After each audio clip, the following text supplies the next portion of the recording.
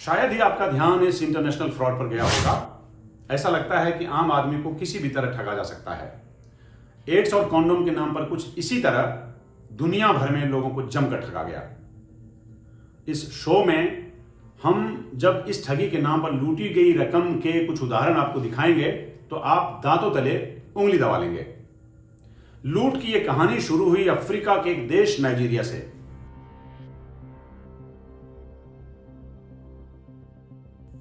हाल ही में independent corrupt practices यानी ICPC की जांच में यह साबित हुआ कि दुनिया भर की 7 गवर्नमेंट एनजीओज ने एड्स के नाम पर करोड़ों डॉलर्स की हेराफेरी की और जमकर पैसा कमाया।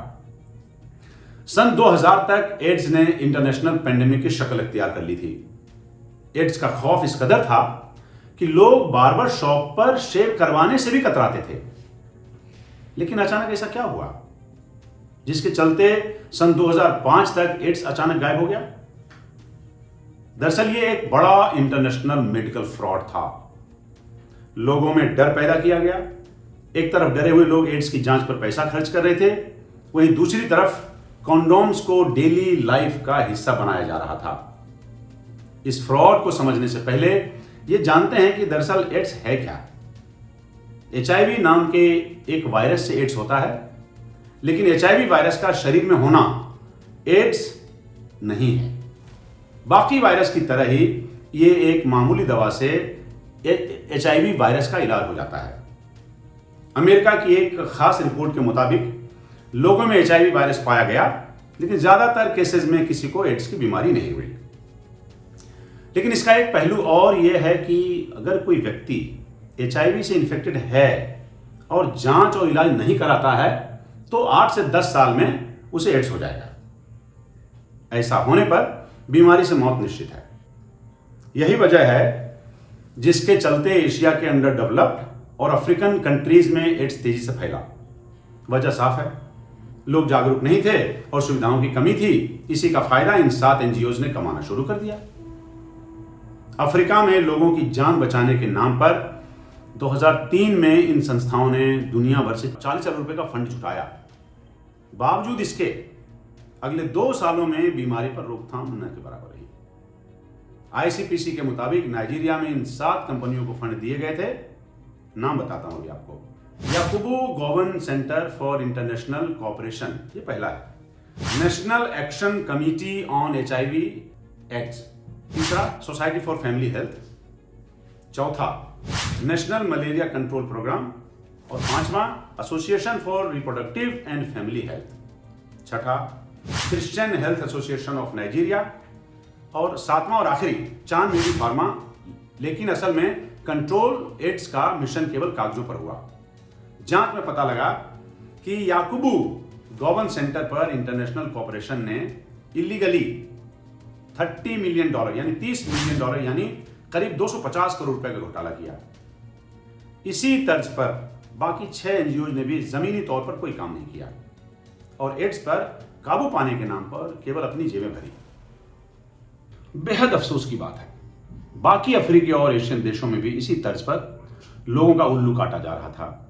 इस तरह दुनिया भर में खरबों रुपए अचानक से कुछ ही चुनिंदा फार्मास्यूटिकल कंपनियों और मेडिकल कंपनीज के खातों में पहुंच गए और किसी को कानो कान खबर तक ना हुई। लेकिन यह किस्सा यहीं खत्म नहीं हुआ।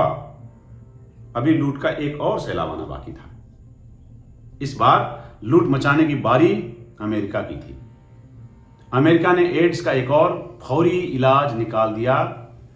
सिंपली मेडिकल स्टोर पर जाइए, कॉन्डोम खरीदिए और बेफिक्र हो जाइए। एक कदम आगे बढ़कर अमेरिका ने एक कैंपेन शुरू की। उसका नाम था put it on, put it on. कमाल की बात है, कॉन्डोम एड्स प्रिवेंटिव है या नहीं, इसके ऊपर कोई साइंटिफिक रिसर्च नहीं की गई थी। इस कैंपेन का नेगेटिव असर कुछ इस तरह हुआ कि एड्स के डर से केवल एक महिला या पुरुष के साथ इन्वॉल्व रहने का चलन फिर से पलट गया। कॉन्डोम वफादारी पर भारी पड़ा और दुनिया भर में कॉन्डोम आलू प्याज की तरह बिकना शुरू हो गया। और एक बार फिर जनता का उल्लू काटकर चंद निजी कंपनियों ने अपनी जेबें भर ली। हाल ही में यूनिवर्सिटी ऑफ ज्यूरिख स्विट्जरलैंड में है, उसके प्रोफेसर डब्ल्यू.ई. शरीनर और स्विस एड्स इंफॉर्मेशन ऑफिस के डॉक्टर के अप्रैल ने अपनी रिसर्च रिपोर्ट में साफ किया कि यह एक खतरनाक गलतफहमी है कि कॉन्डोम से एड्स की रोकथाम होती है। इस धारणा के विपरीत कॉन्डोम के लापरवाह इस्तेमाल के जरिए HIV इन्फेक्शन के केसेस में 13 से 27% का इजाफा हुआ। ध्यान में रखिए कि कॉन्डोम एक प्रेगनेंसी प्रिवेंटिव मेजर के अलावा कुछ और नहीं है। वही कॉन्डोम के लापरवाह इस्तेमाल से ज्यादा पार्टनर्स के साथ मिलन का चलन बढ़ा, जिसके चलते सेक्सुअली ट्रांसमिटेड डिजीजेस रैम्पेंट हो गए।